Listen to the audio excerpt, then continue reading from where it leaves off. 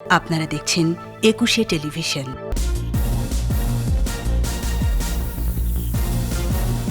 অভিজিৎ হত্যা মামলায় 5 জঙ্গির মৃত্যুদণ্ড, মত প্রকাশের স্বাধীনতা রুদ্ধ করাই ছিল উদ্দেশ্য, আদালতের পর্যবেক্ষণ। দেশ যখন এগিয়ে যেতে থাকে তখনই আঘাতের আশঙ্কা থাকে বললেন প্রধানমন্ত্রী, সতর্ক থাকার আহ্বান। আল জাজিরার প্রতিবেদন উদ্দেশ্য প্রণোদিত, দেশ ও সেনাবাহিনীর বিরুদ্ধে পরিকল্পিত অপপ্রচার বললেন জেনারেল আজিজ। করোনায় আরো 13 মৃত্যু, টিকার পার্শ্ব প্রতিক্রিয়া একেবারেই সামান্য, তীব্র শারীরিক জটিলতায় না নেওয়ার পরামর্শ। মিয়ানমার সেনাবাহিনীকে সতর্ক করল জাতিসংঘ, বিক্ষোভকারীদের উপর দমন পীড়নে উদ্বেগ।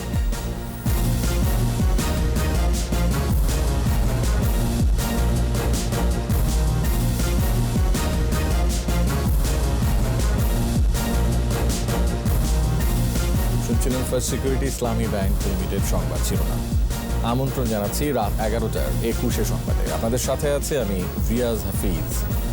দর্শক, একুশে টেলিভিশনের সংবাদ একই সাথে সরাসরি দেখতে পাবেন আমাদের ফেসবুক পেজ www.facebook.com/ekushe24 অনলাইনে। Mega spider ceiling fan, mega বাতাসে শান্তির পরশ। সংবাদে আরও থাকছে, বিদ্যাদেবী সরস্বতীকে অঞ্জলি, জ্ঞানের আলোয় ধরাধাম উদ্ভাসিত হওয়ার প্রার্থনা।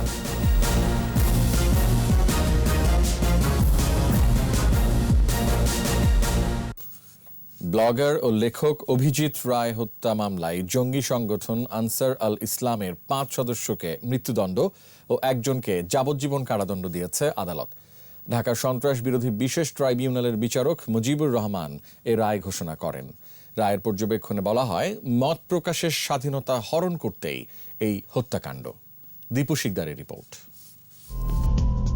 2015 সালের 26 ফেব্রুয়ারি অমর একুশে গ্রন্থমেলা থেকে বাসায় ফেরার পথে টিএসসি এলাকায় কুপিয়ে হত্যা করা হয় বিজ্ঞান মনস্ক লেখক অভিজিৎ রায়কে। গুরুতর আহত হন তার স্ত্রী।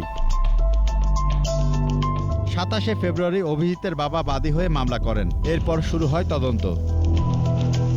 তদন্ত বেরিয়ে আসে, আনসার আল ইসলামের শীর্ষ নেতা বরখাস্ত মেজর জিয়ার নির্দেশে অভিজিৎকে হত্যা করা হয়। মঙ্গলবার বেলা 11টার কিছু পর প্রিজন ভ্যানে 4 আসামিকে আদালতে আনা হয়।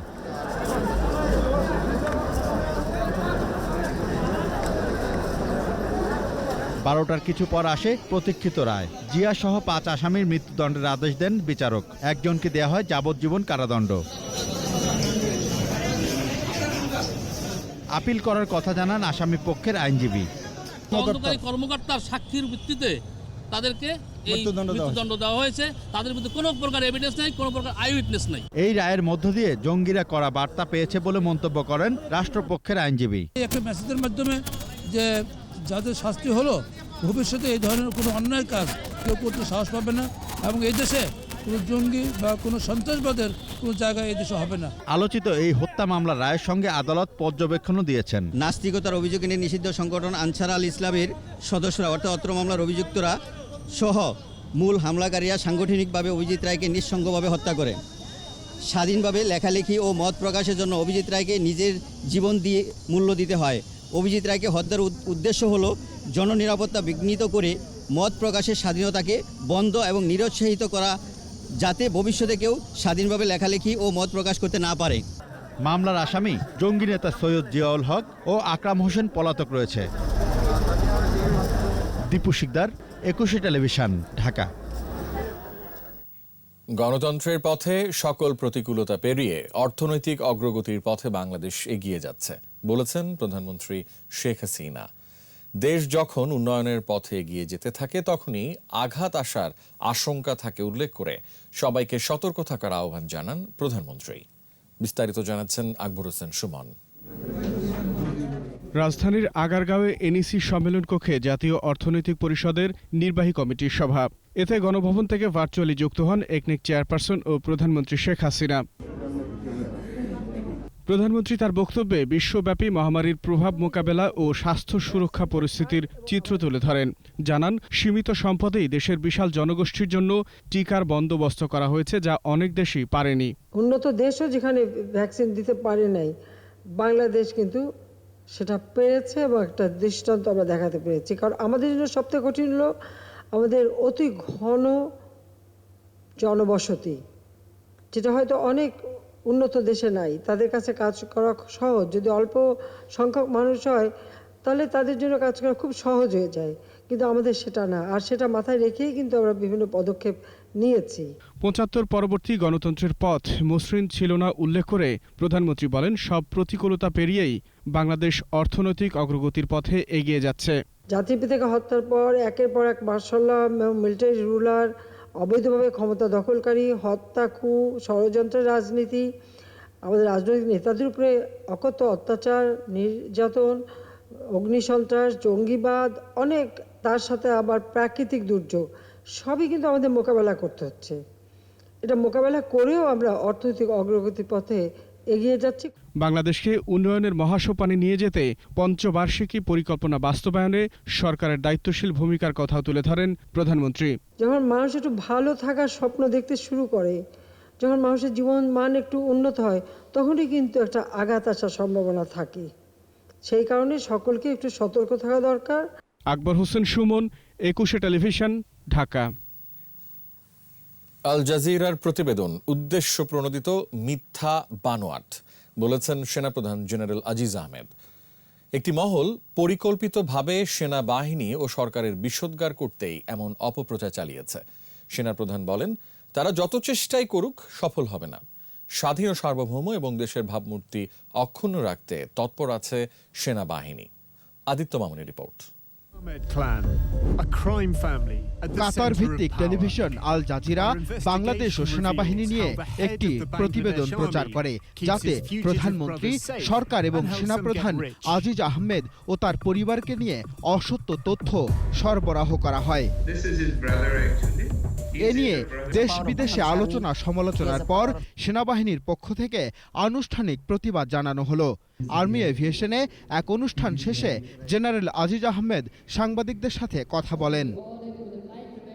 সেনাবাহিনী নিয়ে এমন অপপ্রচার যারা করছে তারা কোনোভাবেই সফল হবে না বলে জানান জেনারেল আজিজ। আমি দ্ব্যর্থহীন ভাষায় বলতে চাই, সেনাবাহিনী একটা অত্যন্ত প্রশিক্ষিত এবং ওয়েল মোটিভেটেড একটা ফোর্স, আগের থেকে অনেক বেশি সুসংহত। সেনাবাহিনী চেন অফ কমান্ড অত্যন্ত ইফেক্টিভ এবং সেনাবাহিনীর প্রতিটা সদস্য ঘৃণা ভরে এই ধরনের অপচেষ্টাকে প্রত্যাখ্যান করেছে অতীতে, এখনও করছে এবং বর্তমানে যা আছে তাকে ঘৃণা ভরে প্রত্যাখ্যান করে যাচ্ছে। সেনাবাহিনীতে এই ধরনের অপপ্রচার বিন্দুমাত্র আঁচ আনতে পারবে না তারা আমাদের চেইন অফ কমান্ডে। একটি সুশৃঙ্খল ও স্বনামধন্য প্রতিষ্ঠানের শৃঙ্খলা ভঙ্গের এই অপচেষ্টা প্রতিহত করা হবে উল্লেখ করে জেনারেল আজিজ আহমেদ জানান, সরকারের পক্ষে যে কোনো আদেশ পালন করাই সেনাবাহিনীর প্রধান কাজ। সেনাবাহিনী বাংলাদেশের সংবিধানের প্রতি শ্রদ্ধাশীল, বাংলাদেশের সংবিধানকে সমুন্নত রাখার জন্য অঙ্গীকারবদ্ধ, বাংলাদেশ সরকারের প্রতি অনুগত এবং বাংলাদেশ সরকারের, বর্তমান সরকারের যে কোনো আদেশ নির্দেশ পালনে সদা প্রস্তুত। বাংলাদেশের সেটা আভ্যন্তরীণ হোক, বহির্বিশ্বের হোক, যে কোনো সমস্যার মোকাবেলার জন্য আমরা সাংবিধানিকভাবে ঐক্যবদ্ধ। সেনাবাহিনীর সুনাম ক্ষুণ্ণ করা সরকারের সুনাম ক্ষুণ্ণ করা শামিল বলেও মন্তব্য করেন সেনাপ্রধান। অচিরেই তার পরিবারের পক্ষেও সংবাদ সম্মেলন করা হবে বলে জানান তিনি। সংশ্লিষ্ট মন্ত্রণালয় যারা আছে বা সংস্থা যারা আছে তারা হয়তো তাদের বিরুদ্ধে ব্যবস্থা নেবে। আদিত্য মামুন, ২১ টেলিভিশন, ঢাকা। এখন আল জাজিরার বিরুদ্ধে আইনি ব্যবস্থা নেয়ার সিদ্ধান্ত নেয়নি সরকার, তবে কোনো সংক্ষুব্ধ ব্যক্তি চাইলে মামলা করতেই পারে, এমন অবস্থানের কথা জানিয়েছেন তথ্যমন্ত্রী ডক্টর হাসান মাহমুদ। বিশ্বব্যাপী টেলিভিশন চ্যানেলটির গ্রহণযোগ্যতা ও বিশ্বস্ততা প্রশ্নবিদ্ধ হয়েছে বলেও মন্তব্য করেন তিনি। বহুল আলোচিত দুই ভাই হারিস আহমেদ ও আনিস আহমেদের সাজা মওকুফের বিষয়ে তিনি বলেন, সাজা মওকুফ করার এখতিয়ার রাষ্ট্রপতির আছে, তবে দণ্ডপ্রাপ্তরা আত্মসমর্পণ করেছিল কিনা, তাদের পক্ষে কে আবেদন করেছিল, এ বিষয়ে তিনি জ্ঞাত নন বলেও জানান।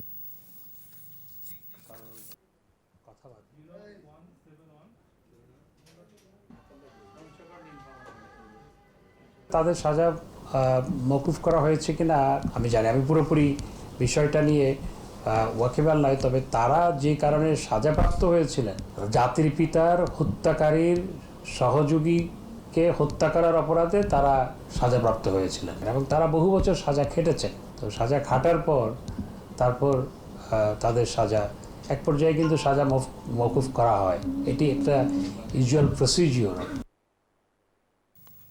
কোভিড-19-এ ২৪ ঘন্টায় ১৩ জনের মৃত্যু হয়েছে। এ নিয়ে মোট মৃত্যু ৮,২৯৮। করোনায় মৃত্যু হার ১.৫৩%। স্বাস্থ্য অধিদপ্তরের তথ্য অনুযায়ী ৩৪৭তম দিনে করোনা পরীক্ষা হয়েছে ১৪,৭৮৮ জনের। এর মধ্যে শনাক্ত ৩৯৬।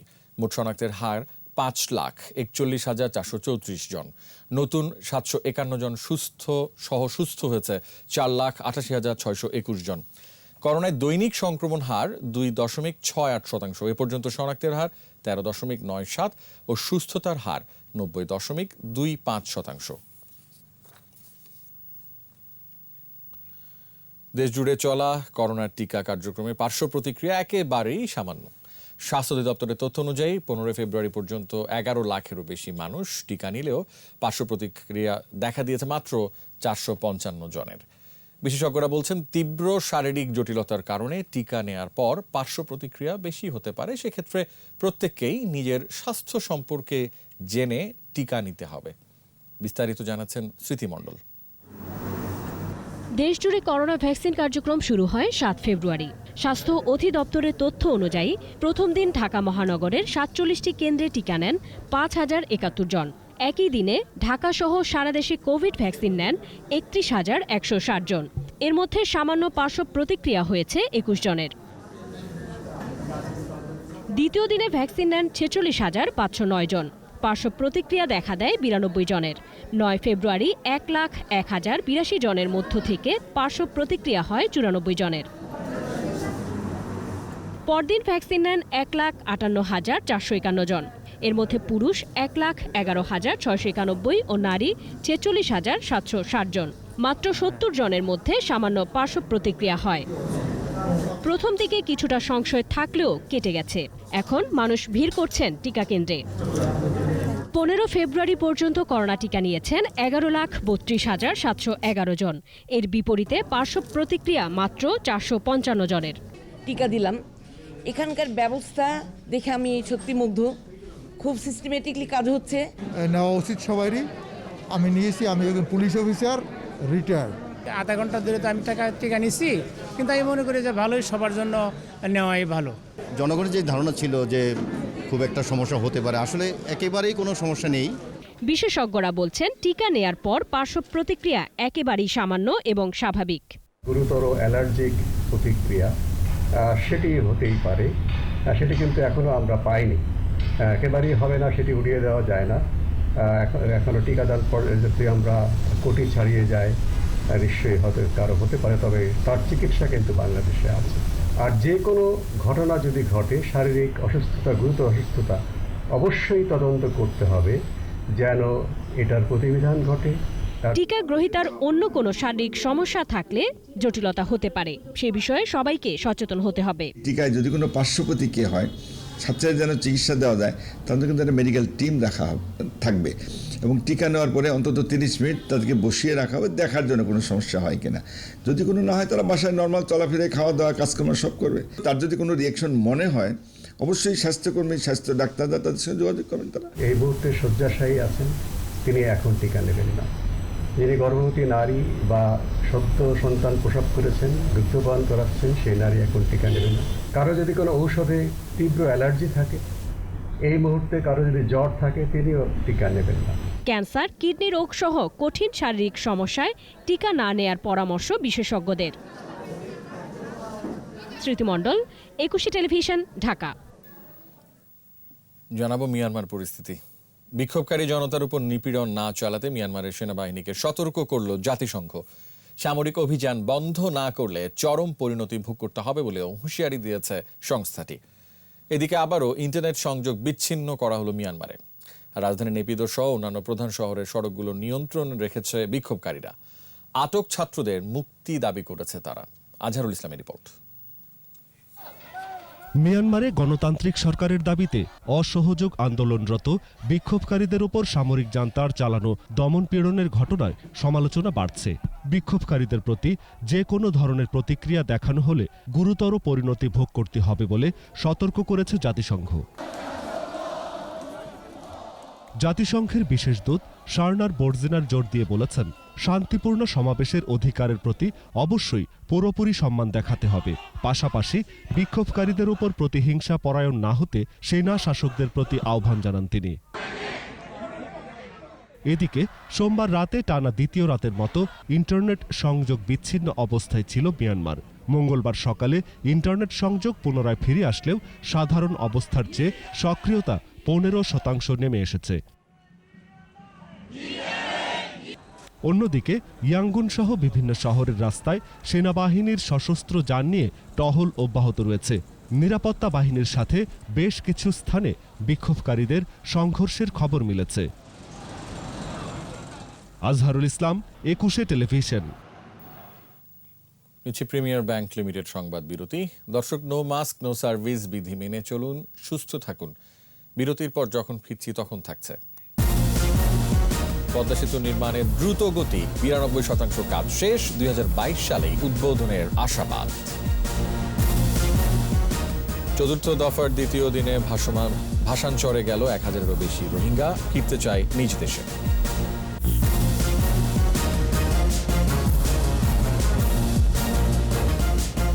আবারও আমন্ত্রণ রাত 11টার 21 সংবাদে। পদ্মা সেতুর মূল নির্মাণ কাজ 92% শেষ, জানিয়েছেন সড়ক পরিবহন ও সেতুমন্ত্রী ওবায়দুল কাদের। 2022 সালের জুনের মধ্যে সম্পূর্ণ অবকাঠামো নির্মাণ শেষ করে সেতু খুলে দেয়া হবে বলেও জানান সেতুমন্ত্রী। আকবর হোসেন সুমনের আরেকটি রিপোর্ট। স্বপ্নের পদ্মা সেতু স্ব-অর্থায়নে এই প্রকল্প বাস্তবায়ন বাংলাদেশের জন্য ছিল একটি বড় চ্যালেঞ্জ। নানা বাধা পার হয়ে পদ্মার বুকে মাথা তুলে দাঁড়িয়েছে এই সেতু। প্রায় 1 বছর পর সেতু নির্মাণ কাজের অগ্রগতি দেখতে মাওয়া প্রান্তে যান সড়ক পরিবহন ও সেতুমন্ত্রী ওবায়দুল কাদের। প্রকল্প সংশ্লিষ্টদের কাছ থেকে খোঁজ খবর নেন। নির্ধারিত সময়ের মধ্যেই সকল কাজ শেষ করার তাগিদ দেন মন্ত্রী। পরিদর্শন শেষে সাংবাদিকদের জানান, সেতু নির্মাণ কাজ 92% শেষ। এরই মাঝে যানবাহন চলাচলের জন্য 72 ফুট প্রশস্ত 4 লেনের সড়ক পথ তৈরির কাজ 61 ভাগ এবং রেলপথ তৈরির কাজ 78 ভাগ শেষ হয়েছে। মূল সেতু নির্মাণ কাজের অগ্রগতি 92% আর প্রকল্পের সার্বিক অগ্রগতি 84%। নানা চ্যালেঞ্জ মোকাবেলা করেই পদ্মা সেতু প্রকল্প এগিয়ে চলছে বলে জানান সেতুমন্ত্রী। পদ্মা সেতু নির্মাণ কাজে চলমান গতি অব্যাহত থাকলে আগামী বছর ইনশাল্লাহ জুন মাসের মধ্যে আমাদের অবকাঠামো তথা ফিজিক্যাল ওয়ার্ক শেষ করে যানবাহন চলাচলের জন্য উন্মুক্ত করে দেয়া যাবে ইনশাল্লাহ। পদ্মা সেতুকে ঘিরে আগামী দিনের উন্নয়ন আবর্তিত হবে বলে উল্লেখ করেন ওবায়দুল কাদের। গড়ে উঠবে অর্থনীতির নতুন প্রাণ প্রবাহ। আকবর হোসেন সুমন, 21 টেলিভিশন, ঢাকা। জাতীয় অর্থনৈতিক পরিষদের নির্বাহী কমিটি একনেক 19,844 কোটি 57 লাখ টাকা ব্যয়ে 9টি প্রকল্প অনুমোদন দিয়েছে। মঙ্গলবার শেরেবাংলা নগরের এনইসি সম্মেলন কক্ষে অনুষ্ঠিত বৈঠকে গণভবন থেকে ভিডিও কনফারেন্সিং এর মাধ্যমে যুক্ত হয়ে সভাপতিত্ব করেন একনেক চেয়ারপারসন শেখ হাসিনা। প্রকল্পের জন্য সরকারি অর্থায়ন 6,599 কোটি 88 লাখ এবং বৈদেশিক উৎস থেকে ঋণ নেওয়া হবে 13,244 কোটি 69 লাখ টাকার। একনেক বৈঠক শেষে সাংবাদিকদের এসব তথ্য জানান পরিকল্পনা মন্ত্রী এম এ মন্ত্রণালয়ের 9টি প্রকল্প আমরা উপস্থাপন করেছিলাম। এর মধ্যে 3টি সংশোধিত প্রকল্প আর 6টি নতুন প্রকল্প। চতুর্থ দফার শেষ ধাপে ভাসানচরে গেল আরও 1000-এরও বেশি রোহিঙ্গা। এ নিয়ে গত দুদিনে ভাসানচরে স্থানান্তর করা হলো 3023 জন রোহিঙ্গাকে। এদের সকলেই স্বেচ্ছায় ভাসানচরে গেছে। জীবনযাপনের উন্নত ব্যবস্থা থাকায় সেখানে গেছেন বলে জানান তারা। বিপ্লব মজুমদারের ক্যামেরায় চট্টগ্রাম থেকে রিপোর্ট করছেন হাসান ফিরদাউস। সকাল 11:15টায় নৌবাহিনীর 3টি জাহাজে রোহিঙ্গাদের নিয়ে চট্টগ্রামের পতেঙ্গা থেকে ভাসানচরের উদ্দেশ্যে যাত্রা করে।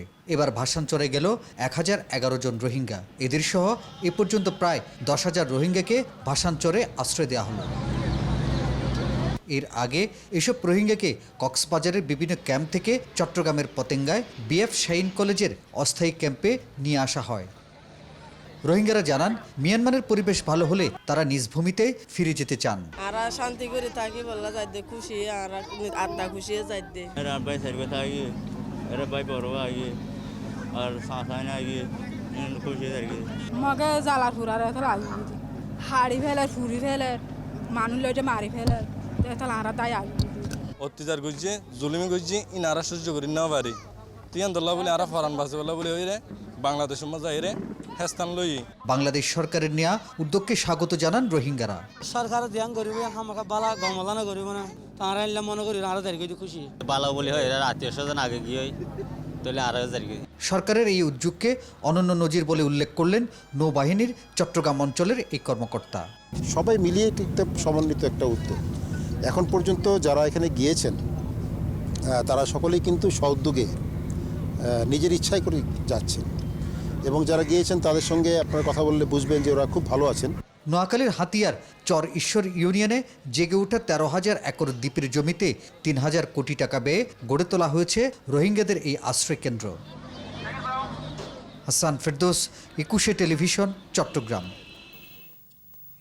করোনা সংক্রমণের কারণে এবার সারা দেশে সীমিত পরিসরে উদযাপিত হচ্ছে সরস্বতী পূজা। অজ্ঞতার অন্ধকার ভেদ করে জ্ঞানের আলোয় উদ্ভাসিত হবে ধরাধাম। কোভিড মুক্ত পৃথিবীতে ফের আড়ম্বরে পূজিত হবেন বিদ্যার অধীশ্বরী, এমন প্রার্থনায় ভক্তি নিবেদন করেন ভক্তরা।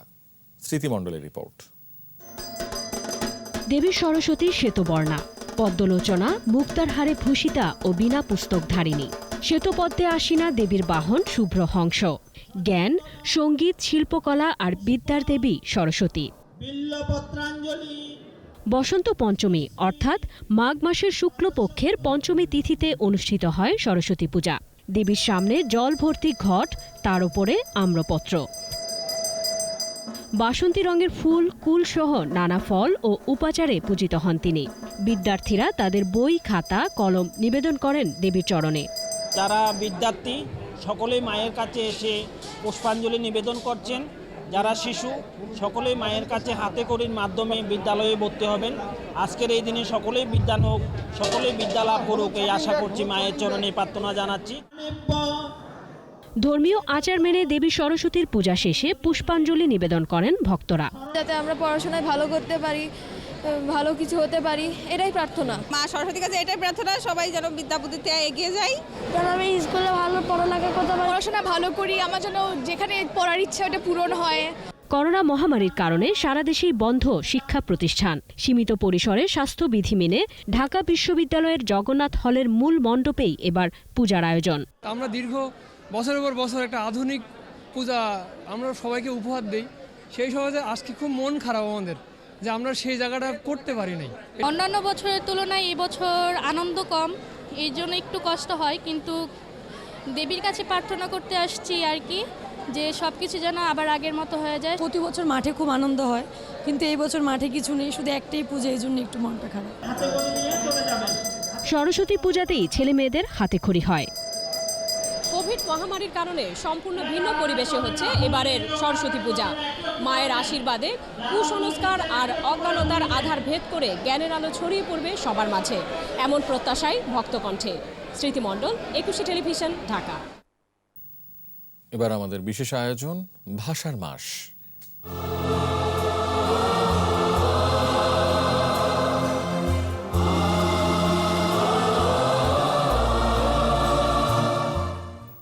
ভাষার মাসে ব্যতিক্রমী পাঠাগার স্থাপন করেছে বইবন্ধু পাঠাগার। রাজধানীর মোহাম্মদপুরের লালমাটিয়া পার্কে দেখা মিলল পাঠাগারটির। মূলত পার্কে যারা হাঁটতে কিংবা আড্ডা দিতে আসেন তাদের কথা চিন্তা করেই এই উদ্যোগ। এমন পাঠাগার স্থাপন করায় বইপ্রেমীরা ধন্যবাদ জানিয়েছেন উদ্যোক্তাদের। প্রয়োজনে তারাও বই দিয়ে সহযোগিতা করতে চান। জসিম জুয়েলের রিপোর্ট। লালমাটিয়ার এই পার্কের ফুটপাথ ধরে হাঁটলেই একটি ব্যানারে চোখ আটকে যাবে। বই বন্ধু বইঘর লেখা ব্যানার, পাশেই ছোট্ট একটি বুক সেলফ।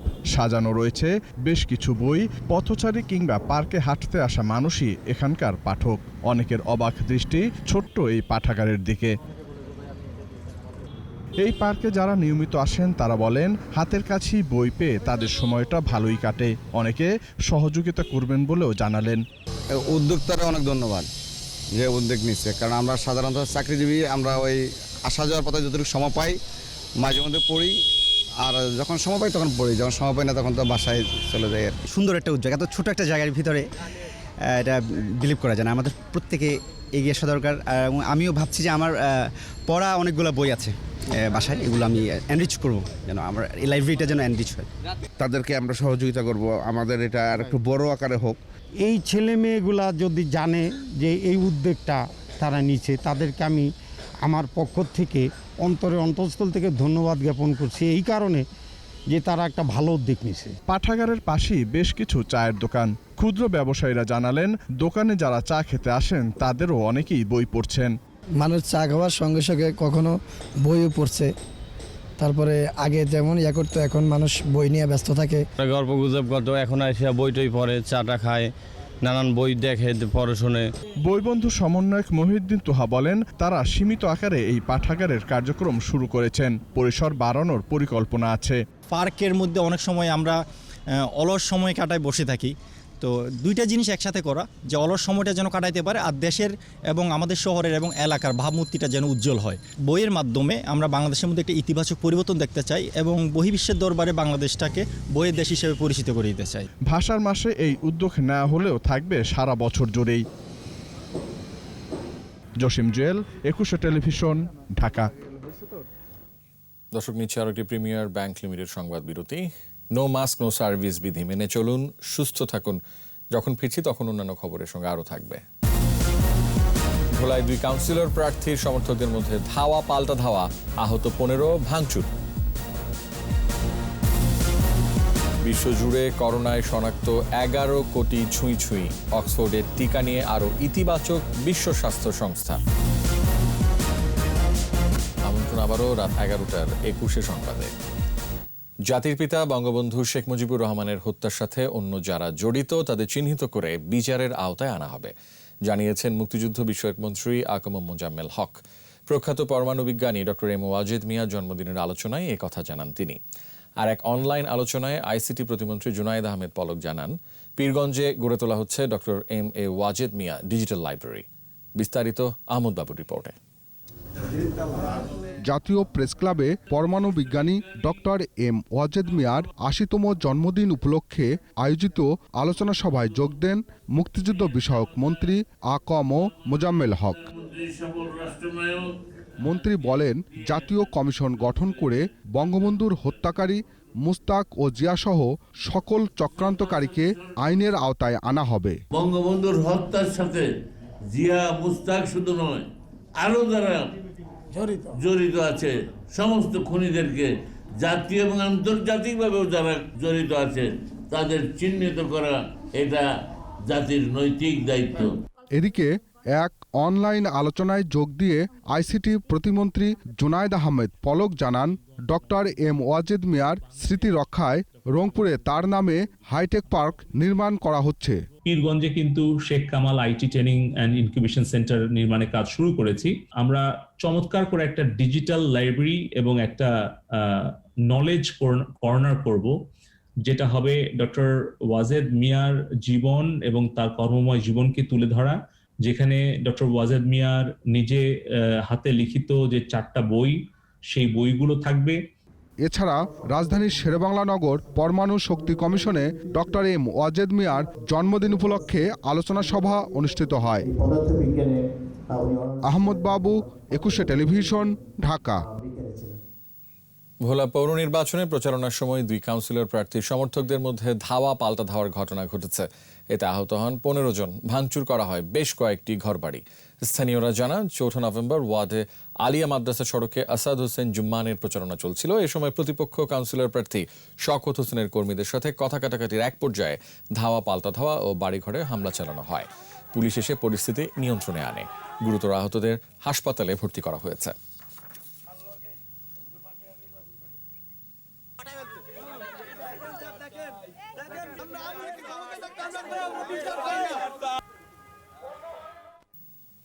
ব্যবসা বাণিজ্যের খবর।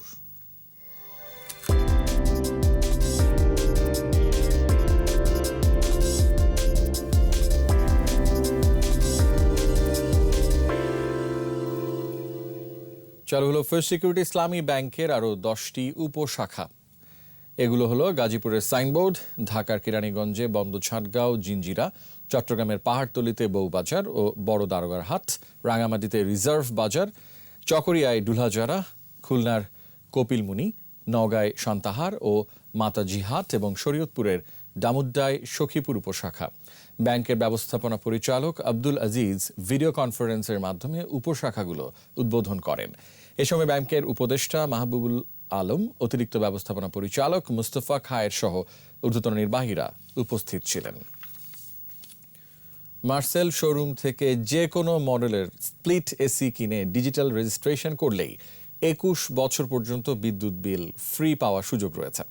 রাজধানীতে মার্সেল কর্পোরেট অফিসে AC digital campaign season 9 declaration প্রোগ্রামে জানানো হয়, মার্সেল এসির গ্রাহকরা পাবেন ফ্রি ইনস্টলেশন সুবিধা।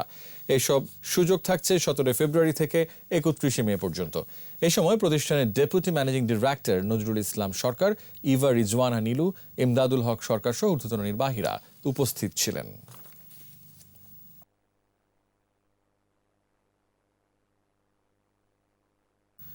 সাভারের বিরুলিয়ায় নান্দনিক হাউজিং প্রজেক্ট কৃষিবিদ সিটিতে উদযাপন করা হলো কৃষিবিদ গ্রুপের 20তম প্রতিষ্ঠা বার্ষিকী।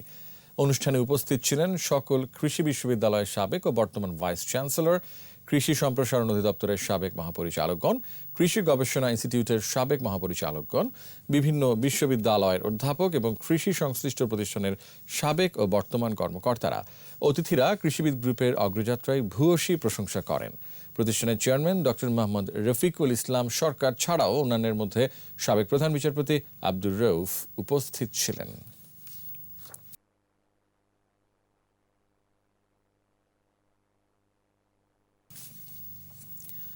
দর্শক, শেষ হচ্ছে রাত 11টার 21 সংবাদ। তবে যাবার আগে ফার্স্ট সিকিউরিটি ইসলামী ব্যাংক লিমিটেড সংবাদ শিরোনামগুলো আরও একবার। অভিজিৎ হত্যা মামলায় 5 জঙ্গির মৃত্যুদণ্ড, মত প্রকাশের স্বাধীনতা রুদ্ধ করাই ছিল উদ্দেশ্য, আদালতের পর্যবেক্ষণ। দেশ যখন এগিয়ে যেতে থাকে তখনই আঘাতের আশঙ্কা থাকে, বললেন প্রধানমন্ত্রী, সতর্ক থাকার আহ্বান। আল জাজিরার প্রতিবেদন উদ্দেশ্য প্রণোদিত, দেশ ও সেনাবাহিনীর বিরুদ্ধে পরিকল্পিত অপপ্রচার, বললেন জেনারেল আজিজ। করোনায় আরও 13 মৃত্যু, টিকার পার্শ্ব প্রতিক্রিয়া একেবারেই সামান্য, তীব্র শারীরিক জটিলতায় না নেয়ার পরামর্শ। মিয়ানমার সেনাবাহিনীকে সতর্ক করল জাতিসংঘ, বিক্ষোভকারীদের উপর দমন পীড়নে উদ্বেগ।